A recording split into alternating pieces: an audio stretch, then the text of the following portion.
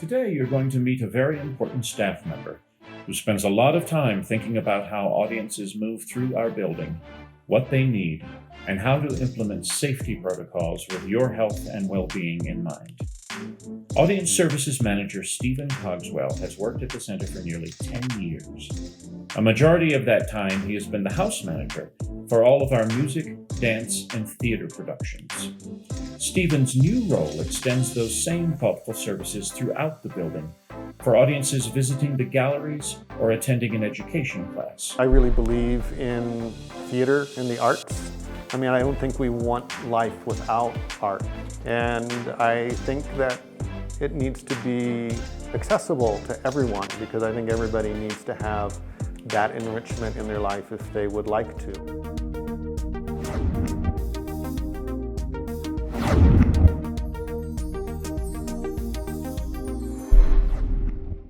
Hello, I'm Philip Sneed, President and CEO of the Arvada Center for the Arts and Humanities. I hope you're well and staying healthy as we continue to deal with the impacts of COVID. As a multidisciplinary arts organization, the Arvada Center is all about bringing people together to experience the arts as a community. Since closing in March, we've had very few people in our building. But on June 8th, we held our first in-person adult ceramics class with a limited number of students. And on July 2nd, we opened an exhibition titled Pink Progression Collaborations. All 10,000 square feet of our gallery space is dedicated to this celebration of the 100th anniversary of the 19th Amendment, guaranteeing and protecting women's right to vote. If you're feeling comfortable and want to visit our galleries in person, I invite you to reserve your free ticket online for this timed and physically distanced viewing of this interesting exhibition, which runs through November 8th. And while we're excited to welcome you back to the building, we are requiring masks and other measures to keep all of our audiences safe.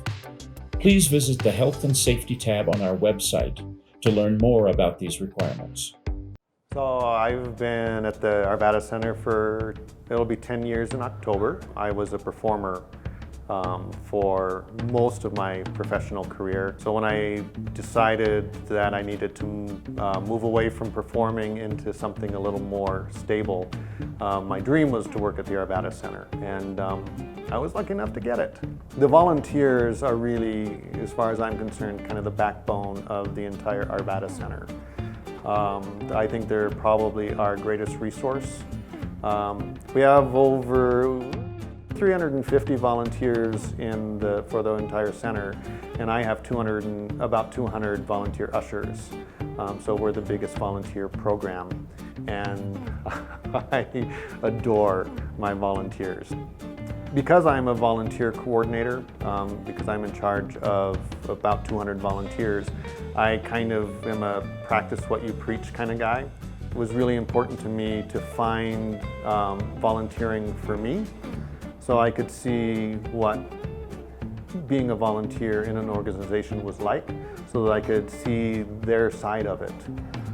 I was talking with one of our assistant house managers who had a love for dogs during one of our shows, and I had mentioned that I was really interested in maybe volunteering at an animal shelter, but I didn't really feel like I had any skills that I could offer. And she said, well, you are a massage therapist. And I was like, oh, I could do canine massage. I could study canine massage because that's a thing. And I developed the dog skills that I felt comfortable enough offering my services. I applied to become a volunteer, and I got approved and I got trained. And now I work, it's called the Head Start program, where we take dogs that are slightly fearful, and they're still adoptable. Their fear isn't an issue where we feel that they're not safe to put into a home, but to up their adoptability, they could use a little confidence. So I go in and I work one-on-one with the dogs. And I think if you can find a volunteer position that you have a passion for, I don't think that there's anything better. There just needs to be, I think, a group effort to make sure that these nonprofits can survive. Every year we get better and better, but it's because of the people that work here and it's because of the community support. Theater all over the country is being challenged right now to figure out a way to offer what we have safely. Can they get their ticket scanned without having to interact too much with people? How do we make sure we keep the right distance? You know, are we able to offer concessions? What does that look like? You know, because intermission gets kind of crowded. Basically, that's the big thing, is distance, washing your hands, and wear a mask. We're committed to following all protocols required by the Jefferson County Public Health Guidelines in order to ensure your safety when we reopen our doors. We'll soon be announcing dates for some pop-up arts programming as part of our new Front Porch and Backyard series, and we're getting ready for our 2021 theater season. All of these programs require funding to keep us going. We're still raising money toward our campaign. If you can make a contribution, please consider doing so today and help us reignite the arts.